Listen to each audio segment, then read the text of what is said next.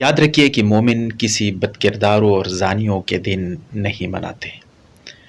آپ کسی نامحرم سے تحفے نہیں لے سکتی، آپ کسی نامحرم کے ساتھ اکیلے نہیں رہ سکتی، آپ اس قدر کمزور نہیں کہ نکاح کے بغیر آپ کسی غیر مرد سے محبت کے دم بھریں اور اس کے ساتھ آپ ملتی رہیں۔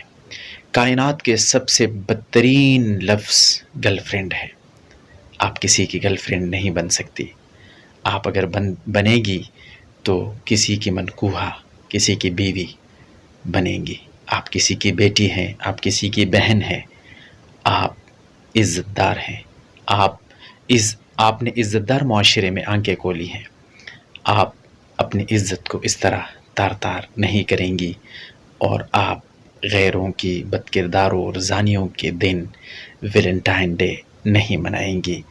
آپ ہر دن حیا کے دن کے طور پہ منائیں گی اور آپ کا ہر دن حیا کا دن ہوگا، آپ کے عزت اور آبرو کا دن ہوگا۔ آپ اپنے عزت اور آبرو کو کسی غیر مرد کے ہاتھ میں اس طرح نہیں دیں گی اور آپ اپنے بھائی، باپ، بیٹے کا سر اور آنکھیں کسی کے سامنے نہیں جھکائیں گی، بلکہ عزت سے رہیں گی اور عزت سے رہ کر آپ اپنے متعلقین کی آنکھیں بھی اونچی کریں گی اور اپنے عزت کی حفاظت بھی کریں گی۔